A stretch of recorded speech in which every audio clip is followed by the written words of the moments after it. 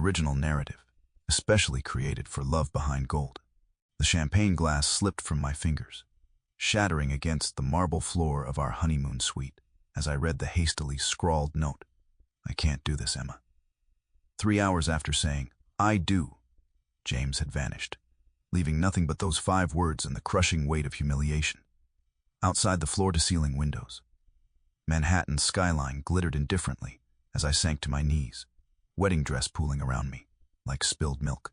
I never imagined that this abandonment would lead me straight into the orbit of Alexander Reed, the billionaire my husband had always feared, the man whose dark eyes would find mine across a crowded gallery 3 days later, offering neither pity nor rescue, but something far more dangerous: understanding. I stared at my reflection in the bathroom mirror, mascara streaking down my cheeks. The wedding dress I'd spent months choosing now felt like a costume. Beautiful, expensive, and utterly meaningless. 3 hours ago, James had kissed me at the altar, promising forever. Now I stood alone in our honeymoon suite, clutching his pathetic note. I can't do this, Emma. That was it. 5 words to end what I thought was the beginning of our life together. No explanation, no apology. Just abandonment on what should have been the most magical night of my life. I'd waited in this suite for 2 hours, thinking he'd just stepped out, when his phone went straight to voicemail the 12th time I called. Reality began to sink in. The champagne I'd poured in anticipation now sat warm and flat. A knock at the door startled me. Emma. It was Olivia, my best friend and maid of honor. Are you okay? I've been calling for an hour. I opened the door, still wearing my wedding dress, holding James's note. Oh my God. Her eyes widened as she took in my tear-stained face. What happened? I handed her the note, watching her expression shift from confusion to rage. That coward. She pulled me into a hug. I'm so sorry. Did you see him leave? I asked, desperate for any information. Olivia guided me to sit on the edge of the bed. No, but there's something I need to tell you. The hesitation in her voice made my stomach drop. What is it? I overheard James talking to his brother at the reception. She took my hand. He said something about finally sealing the deal with your father's company, that marrying you was the fastest way to get a seat at the table. The words hit me like physical blows. My father owned one of the most successful architectural firms in New York. James had started working there 3 years ago, rising quickly through the ranks.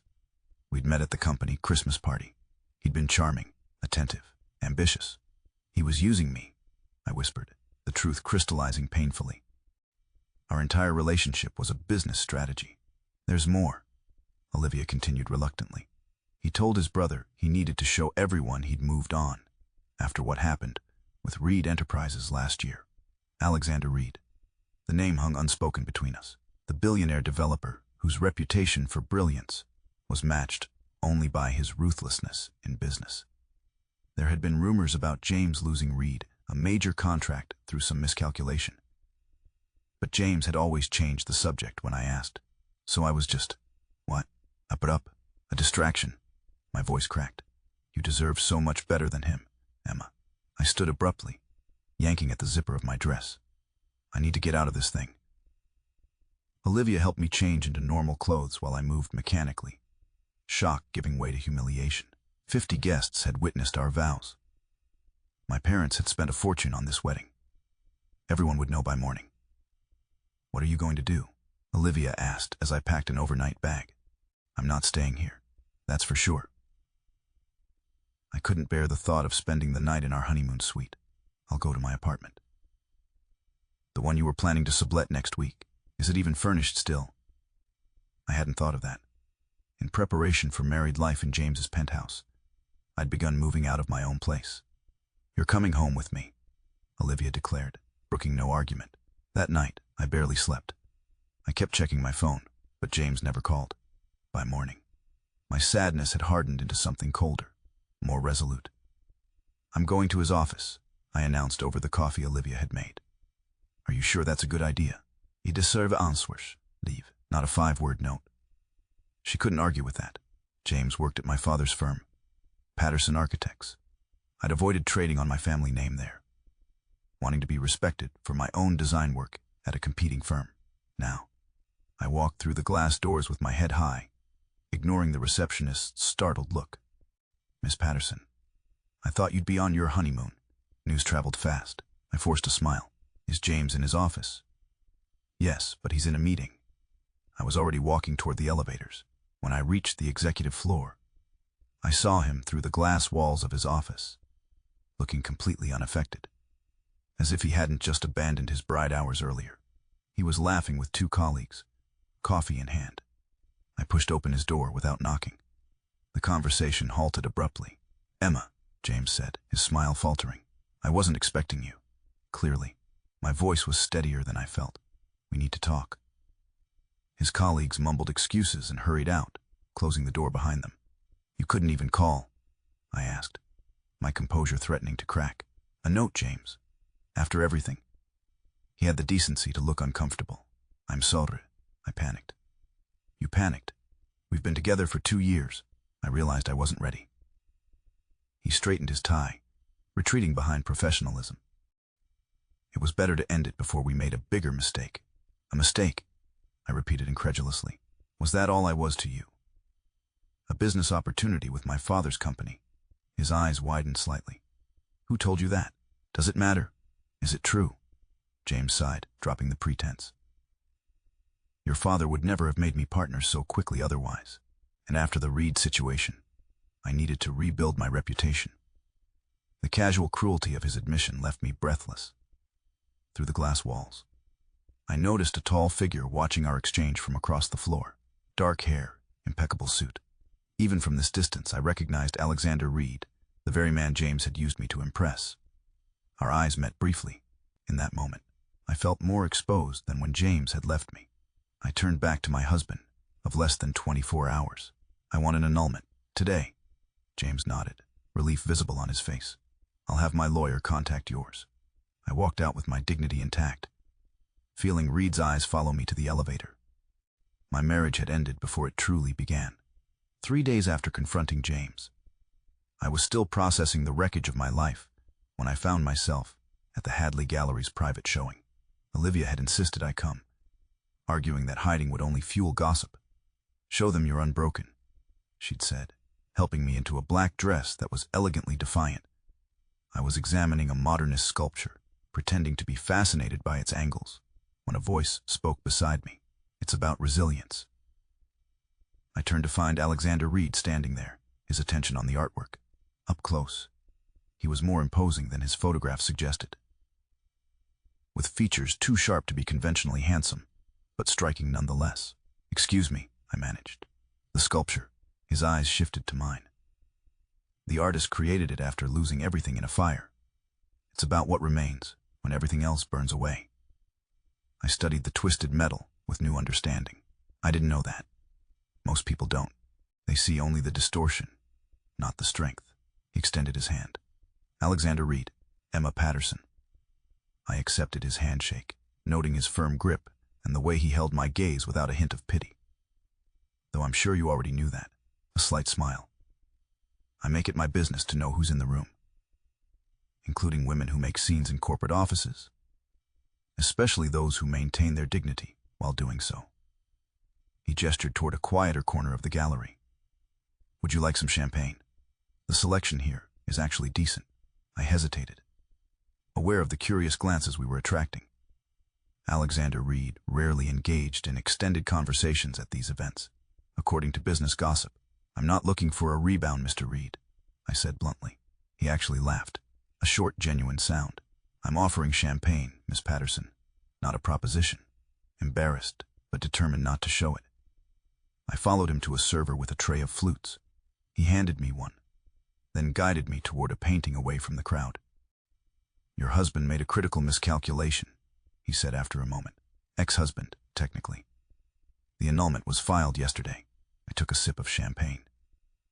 "And which miscalculation are you referring to? The marriage or the abandonment?" "Both." His eyes were assessing. "Though I was actually referring to the Westview project last year. The contract James had supposedly lost Reed. I don't know the details." "No." He never mentioned submitting flawed structural designs that would have cost millions to correct. Had they not been caught? or attempting to blame his team. When confronted, I stared at him, pieces clicking into place. He lost the contract because of incompetence. Not bad luck, Reed nodded.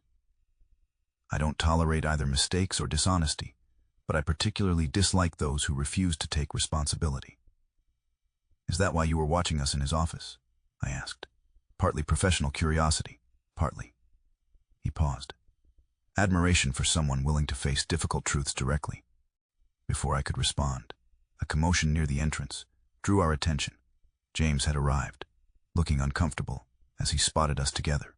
How unexpected, Reed murmured, his posture subtly shifting as James approached. Emma, James said tightly, ignoring Reed. Can we speak privately? We have nothing to discuss that can't be said here, I replied. James's jaw clenched. You shouldn't be talking to him. You have no idea who he really is. Reed remained impassive. I believe Miss Patterson is capable of making her own judgments. Stay away from her, Reed, James hissed. Haven't you taken enough from me? I merely held you accountable, Reed replied evenly. Something you seem to have difficulty with. James turned to me. He's dangerous, Emma. He destroys people who cross him. Like you destroyed our wedding night, I countered. A flush crept up James's neck. That was different. I was protecting you. From what? Happiness. Honesty. I set down my champagne. You used me to advance your career and save your reputation. At least Mr. Reed is straightforward about his intentions. Is he? James laughed bitterly. Ask him why he's really talking to you. It's not coincidence that he's suddenly interested in my ex-wife. Reed's expression remained neutral, but something flickered in his eyes. A calculation, perhaps. Mr. Reed and I were discussing art, James, not you. I stepped away from both men. Now, if you'll excuse me, I'd like to enjoy the rest of the exhibition. I moved toward another display. Heart-pounding, within moments. Reed appeared beside me again. Your ex-husband seems concerned about our conversation, he observed. James is concerned about anything that threatens his ego. I turned to face him directly. But he did raise an interesting question. Why are you talking to me? Reed considered me for a long moment. Initially, professional curiosity. Now, I find your directness refreshing. And it has nothing to do with antagonizing James. That would be a petty motivation. His gaze was steady. I don't make decisions based on men like him. Something in his tone made me believe him, despite my reservations. I have a proposition for you, Miss Patterson, he continued. A professional one. I'm listening. My foundation is redesigning a community arts center in Brooklyn. Your work on the Riverfront project showed exactly the vision we need. I'd like to offer you the commission. I blinked in surprise. The Riverfront project had been my biggest achievement, but I hadn't expected someone like Reed to be familiar with it. Is this a genuine offer, or a convenient way to unsettle James? Check my foundation's portfolio. We don't make decisions based on personal vendettas. He handed me a business card. The choice is yours. As he walked away, I felt the weight of James's warning against the pull of opportunity. And something else I wasn't ready to name. The Reed Foundation's offices occupied the 38th floor of a sleek tower overlooking Central Park. Floor-to-ceiling windows framed the city like living artwork. As I waited in the reception area, portfolio in hand, after a week of research and deliberation, I decided to hear more about the Arts Center project. Miss Patterson? A polished assistant appeared. Mr. Reed will see you now. She led me through a minimalist space of glass and steel to a conference room where Alexander Reed stood examining architectural renderings spread across a table. Emma, he said, looking up with what seemed like genuine pleasure. Thank you for coming. Your project is intriguing, I replied, maintaining professional distance. Though I'm still not entirely convinced, this isn't about James. Reed gestured for me to sit. James Carson is barely a footnote in my business concerns. The Horizon Arts Center, however, is a priority. For the next hour, Reed outlined his vision. Transforming an abandoned warehouse into a multidisciplinary arts center for underserved communities. The project was ambitious, thoughtful, and exactly the kind of work I'd always wanted to do. Why me? I asked finally. You could hire any architect in New York. Your riverfront design showed unusual empathy for how people actually use spaces. He slid a portfolio toward me. My portfolio, including projects I'd never published. You understand that architecture isn't just about buildings. It's about the lives inside them. I was both flattered and unsettled by his thoroughness. You've done your research. Always. His eyes held mine. The question is whether you're interested. I am, I admitted. But I need to be clear. This is strictly professional. A smile touched his lips. Of course. Over the following weeks, I found myself working closely with Reed's foundation team. The project was challenging and fulfilling, demanding my best ideas. Reed himself attended most meetings, offering insights that were surprisingly nuanced for someone without formal architectural training. We developed an unexpected rhythm, his strategic vision complementing my creative approach. Sometimes our discussions would extend beyond scheduled meetings, continuing over coffee or late dinners that felt increasingly less like work and more like genuine connection. You never talk about yourself, I noted one evening as we reviewed plans in his office, takeout containers pushed aside. What would you like to know? He countered. How about why James is so afraid of you? And don't say, it's just the Westview project. Reed was silent for a moment, weighing his response. James worked for me before joining your father's firm. He wasn't just incompetent, he was reckless. His mistakes nearly cost lives on a construction site. He never mentioned working for you. He wouldn't. I fired him publicly and made sure certain doors remained closed to him afterward. Reed's expression hardened. Safety isn't negotiable in my projects. Yet he found a position with my father. Family connections have their advantages. Reed studied me. Though I suspect your father may not know the full story, I absorbed this information, adding it to the growing list of James's deceptions. And now, why does he still seem so threatened by you? Perhaps because I know who he really is. Reed's voice softened. Or perhaps because he sees something he can't control. The air between us shifted, charged with unspoken possibilities. We should focus on the project, I said, breaking the tension. Reed nodded, respecting my boundary. Yet as weeks passed, these moments multiplied, brief touches when passing documents, lingering glances across meeting tables, conversations that drifted from professional to personal, and back again. I found myself looking forward to our interactions, while simultaneously building walls against the attraction I couldn't deny. Reed never pushed, never presumed, but his presence became increasingly magnetic. One rainy evening, I was working late at the foundation offices when James appeared unexpectedly. We need to talk, he said, water dripping from his coat onto the polished floor. How did you get up here? I asked, surprised by his presence. I still have connections. He glanced around nervously. Is Reed here? No, he's at a dinner downtown. I set down my pencil. What do you want, James? To warn you. He lowered his voice. Reed isn't who you think he is. He's using you to get to me, to get to your father's company. That's ridiculous. The Arts Center project has nothing to do with you or my father. Don't be naive, Emma. James stepped closer. Everything Reed does has multiple purposes. Did you know he's been buying properties surrounding your father's biggest development? He's planning something. I frowned. What are you talking about? The Riverside Quarter project. Reed's been quietly acquiring adjacent lots through shell companies. He's positioning for a hostile takeover. The accusation seemed far-fetched, yet specific enough to unsettle me. Why would he do that? Because that's who he is. He destroys anything in his path. James's eyes held genuine fear. Ask him about Ellington Construction. About what happened to Michael Ellington after Reed was done with him. Before I could respond, the door opened and Reed himself appeared, raindrops glistening on his dark coat. Carson, he said, his voice cooling several degrees.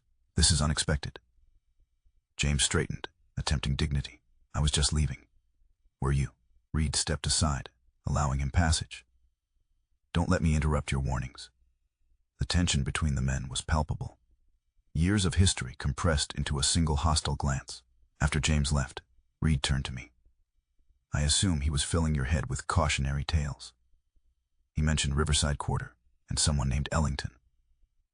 I watched his reaction carefully. Something darkened in Reed's expression. Michael Ellington was my former partner.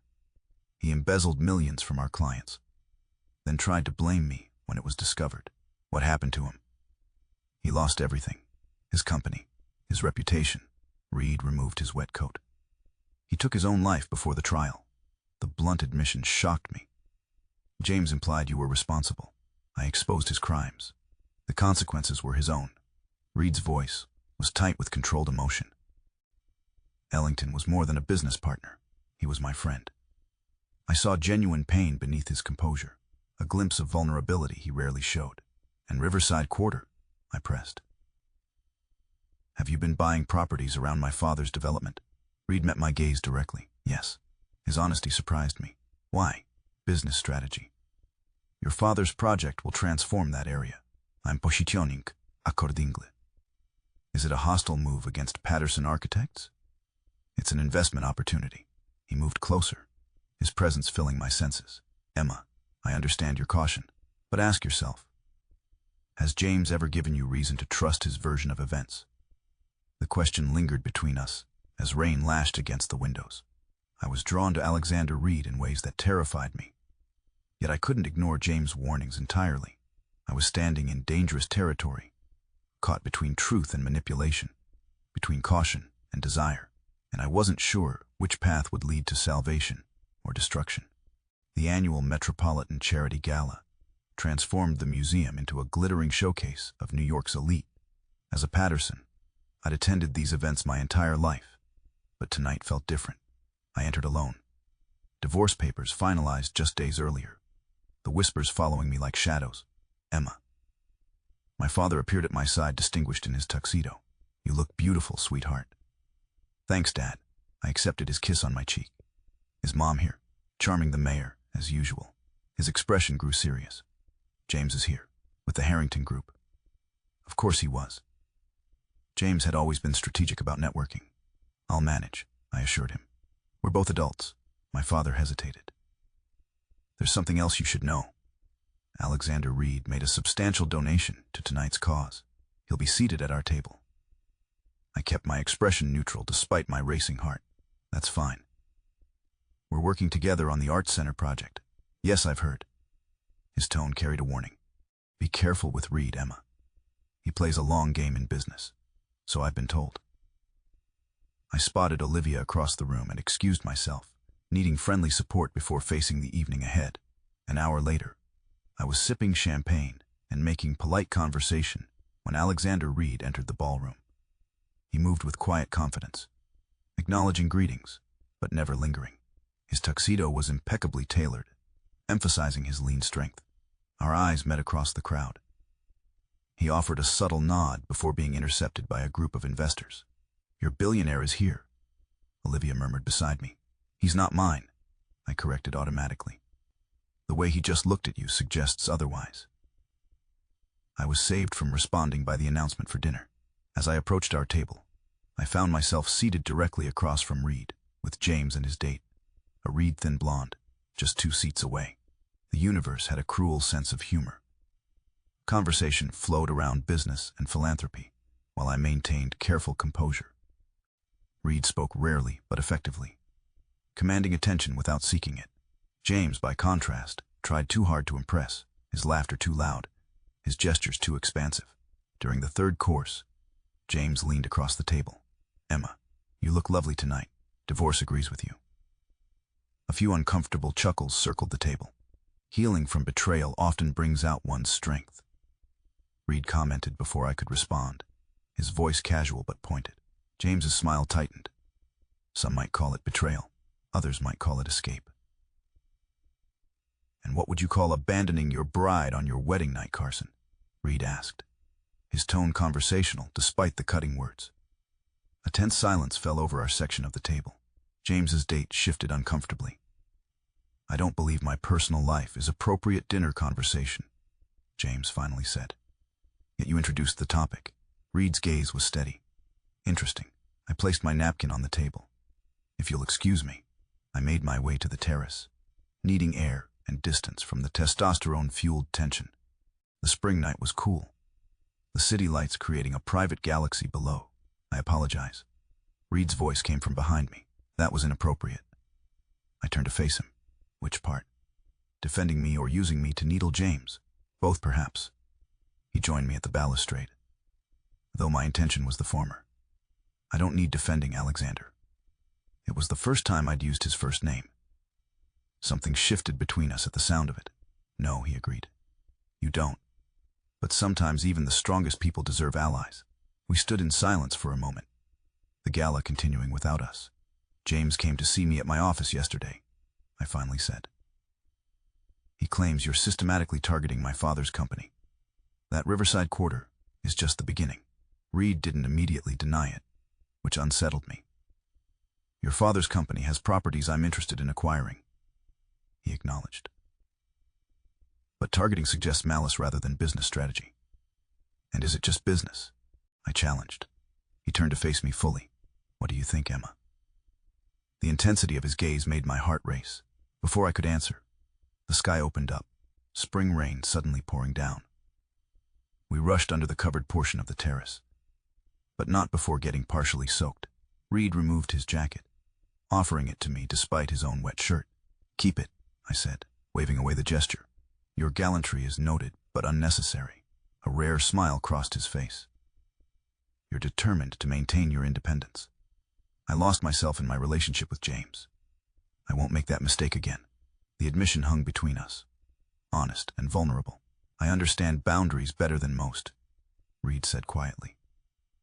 I built my life around them after Ellington's betrayal. What really happened? I asked. Between you and Michael Ellington. Rain drummed against the terrace roof, as Reed seemed to debate how much to share. He was more than my business partner. He was the closest thing to family I had. His voice carried rare emotion. When I discovered his embezzlement, I confronted him privately, offered him a chance to make it right, but he refused. He denied everything, then tried to frame me when investors started asking questions. Reed's jaw tightened. I had to protect myself and our clients. The evidence I provided destroyed him. And he took his own life. Reed nodded, pain evident beneath his composure. I never wanted that outcome. Despite everything, I mourned him. The vulnerability in his confession touched something deep within me. This was not the calculating businessman James had described, but a man who had been profoundly wounded by betrayal. Is that why you keep everyone at a distance? I asked softly. His eyes held mine, until recently. The implication hung between us, neither acknowledging nor denying the connection that had been building. Emma, he said, my name like a question on his lips. The terrace door opened, breaking the moment. James stood there, his expression darkening at the sight of us standing close together in the rain. Your mother is looking for you, he said stiffly. I nodded, moving toward the door, acutely aware of standing at a crossroads between past hurts and uncertain future, between fear and possibility. The call came on a Tuesday afternoon, as I was finalizing designs for the Art Center's main gallery. The Horizon Arts project had progressed beautifully over the past 2 months, becoming a source of genuine pride. Emma Patterson, I answered, tucking the phone against my shoulder. Emma, it's Claire Bennett from Architectural Visions. I straightened immediately. Architectural Visions was a prestigious international firm I'd admired for years. We've been following your work on the Horizon Arts Center, Claire continued. The preliminary designs are exceptional. We'd like to discuss a potential opportunity with you. 20 minutes later, I sat stunned at my desk. They were offering me a position leading their new public spaces division, beginning with a 6-month project in Copenhagen. It was the kind of opportunity architects dreamed about: creative freedom, international exposure, professional advancement. There was only one complication: Alexander Reed. Since the night of the gala, our professional relationship had deepened into something more complex. We still maintained boundaries. No explicit acknowledgement of the attraction between us, no crossing of professional lines, but the undercurrent was undeniable. Working together had become a delicate dance of almost touches and meaningful glances, of conversations that went deeper than necessary. I needed to tell him about the offer in person. That evening, I requested a meeting at his office after hours. You seem preoccupied, he observed as I entered his minimalist space overlooking the darkening city. I received a job offer today. I sat across from him, watching his expression. Architectural Visions wants me to head their new public spaces division. Something flickered in his eyes. Disappointment quickly masked. That's a significant opportunity. Congratulations. It would start with a project in Copenhagen. 6 months minimum. I see. He leaned back, his posture carefully neutral. And you're considering it. It's the kind of position I've worked toward my entire career. Reed nodded slowly. Then you should accept. His immediate support surprised me. I'd expected. What? Persuasion to stay. Some indication that was building between us mattered.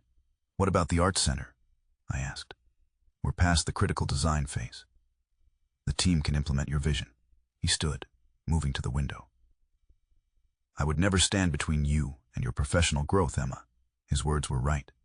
Generous even, but something in his tone felt distant. Is that all you have to say? I challenged. He turned, his expression guarded. What would you have me say? I don't know. Something about. I gestured vaguely between us. This, whatever this is. This, he echoed, moving closer, is something I've been careful not to define or pressure. Why? Because of Ellington. Because you don't trust connections anymore. Partly. His honesty was disarming. And partly because you needed space after James. I still do, I admitted. But that doesn't mean I want to walk away from possibilities. Reed's expression softened. Copenhagen isn't walking away, Emma. It's walking toward your future. And what about us? There is no us yet, he said gently. There's attraction, respect, potential. But you need to make this decision based solely on what's right for you professionally. His selflessness both frustrated and moved me. That's a very mature position. A smile touched his lips. I'm told I can be excessively pragmatic. 2 days later, I accepted the position. The following weeks were a whirlwind of preparations. Finalizing Arts Center designs, arranging for my apartment to be sublet, saying goodbyes. Reed and I maintained our professional relationship, though something had shifted. An acknowledgement of possibilities deferred, rather than denied. The night before my departure, my father invited me to dinner. Over pasta at our favorite Italian restaurant. He seemed unusually pensive. I'm proud of you, he said finally, taking this opportunity despite complications. What complications? He gave me a knowing look.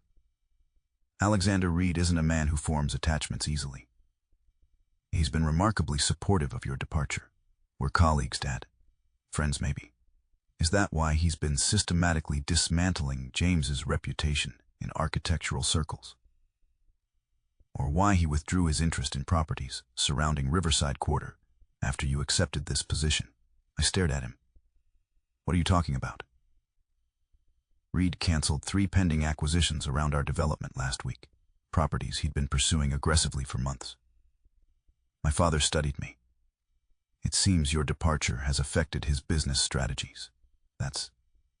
I struggled to process this information. Coincidental? Perhaps. He didn't look convinced. Just be careful, Emma. Men like Reed operate on multiple levels.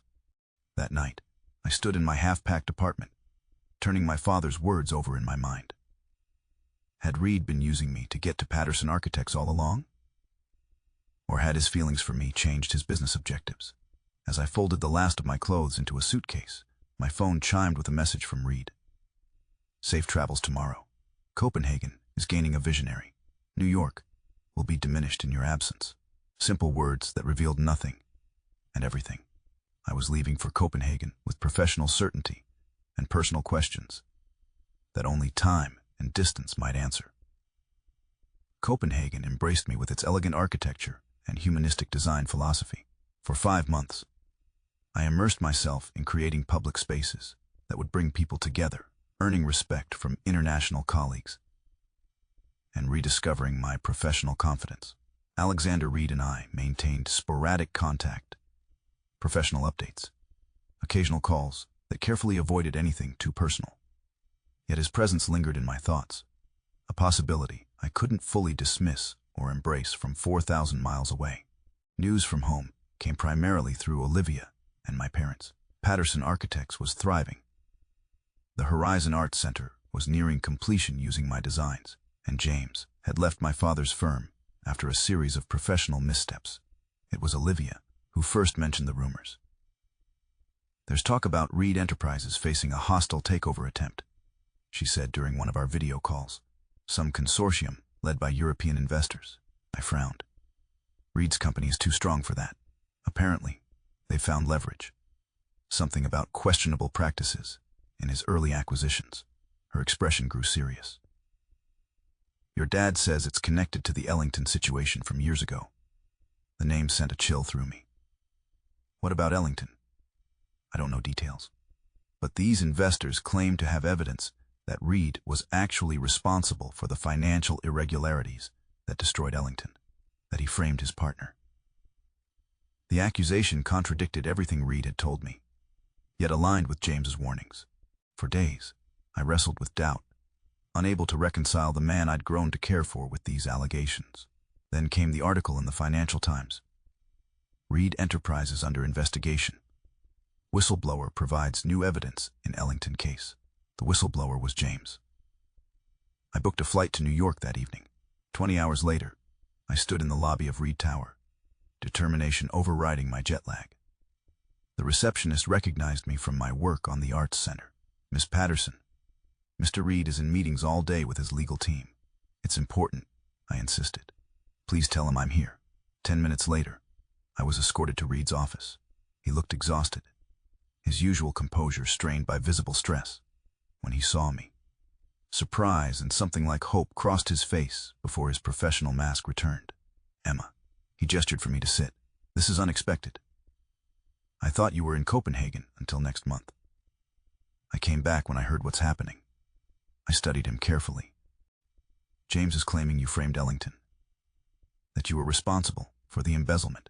Reed's expression hardened.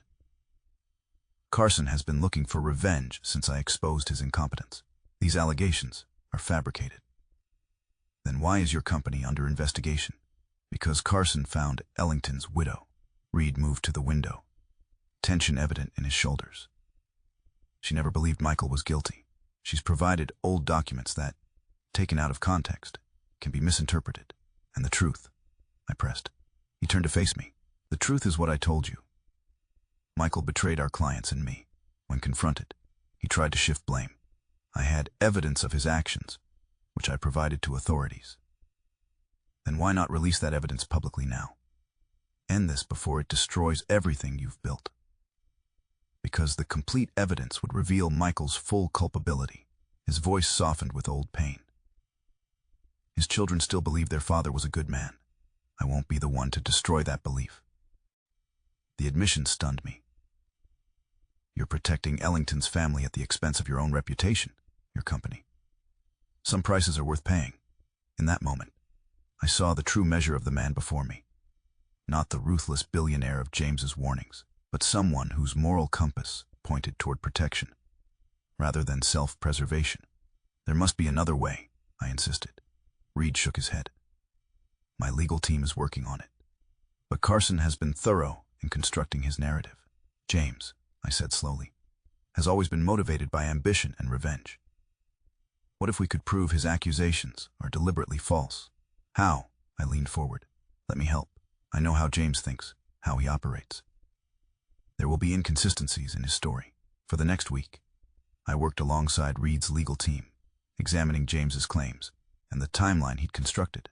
We discovered subtle discrepancies, dates that didn't align, meetings James claimed to have knowledge of, but couldn't possibly have attended. Most damning was an email chain we uncovered showing James had approached Ellington's widow months ago, suggesting he had evidence that would restore her husband's reputation and damage Reed financially, if she would cooperate. He manipulated her grief, I said, disgusted as we reviewed the emails. Used her pain to advance his vendetta. Reed nodded grimly. Carson always found others' vulnerabilities useful. We were working late in Reed's office when my father unexpectedly arrived. He looked between us with concern. "Emma, I've been trying to reach you for days." He glanced at the documents spread across the table. "What are you doing?" "Uncovering the truth," I replied. "James fabricated evidence against Alexander." My father frowned. "Carson approached me last month with his evidence. I didn't believe him. which is why I never mentioned it to you. You knew? Reed asked sharply. I suspected. My father sat heavily. Carson's ambition always exceeded his ethics. When he suddenly had proof of wrongdoing from a decade ago, it seemed convenient. Why didn't you say anything? I demanded. Because I wanted to be certain before making accusations. He looked directly at Reed. And because I needed to understand your intentions toward my daughter. The room fell silent. Reed met my father's gaze without flinching. My intentions are honorable, he said simply, but ultimately dependent on Emma's choices. My father nodded slowly. Then perhaps it's time we work together to address Carson's allegations properly. With my father's industry connections and our compiled evidence, we arranged a meeting with the Securities and Exchange Commission investigators. James's carefully constructed accusations unraveled when confronted with timeline inconsistencies and evidence of his manipulation of witnesses. The investigation was dropped 2 weeks later. Reed Enterprises' stock rebounded, and James faced potential charges for providing false testimony. On the evening the news broke, Reed invited me to the completed Horizon Arts Center for a private viewing before its public opening. We walked through the spaces I'd designed, now brought to life with perfect execution. Your vision was flawless, he said as we stood in the main gallery, moonlight streaming through the geometric skylights I'd insisted on. This place will transform lives. That was always the goal. I turned to him. Alexander, why did you withdraw your interest in the properties around my father's development when I left for Copenhagen? He seemed surprised by the question. You knew about that? My father mentioned it. He thought it might mean you were using me to get to Patterson Architects. Reed was quiet for a moment. I pursued those properties because they made business sense. I withdrew because they were no longer my priority. His eyes held mine. When you accepted the Copenhagen position, I realized I'd been using business strategies to maintain proximity to you. It wasn't fair to you or to my investors. The honest admission touched me deeply. So you just let go. I let you go, he corrected gently, to find your path without complications or pressure. I moved closer to him. And if I decided my path leads back here, then I would hope it's because you want to be here, not because you feel obligated or conflicted. I'm returning to New York permanently, I said. Architectural Visions has approved my request to head their new North American division. Hope flickered in his eyes. And what does that mean for us? It means I'm choosing my career and my heart. I took his hand. It means I'm ready to explore what we might become, without fear or reservations. Reed's composure finally broke, his smile transforming his face. I've waited for you to be ready. I know. I stepped into his embrace. Thank you for waiting. As his lips met mine in our first kiss, gentle, yet filled with promise, I realized that true redemption wasn't about escaping the past. It was about finding the courage to embrace a future where love empowered rather than possessed, where trust was given freely rather than demanded. In the space I had designed to bring beauty to others, I had finally found my own.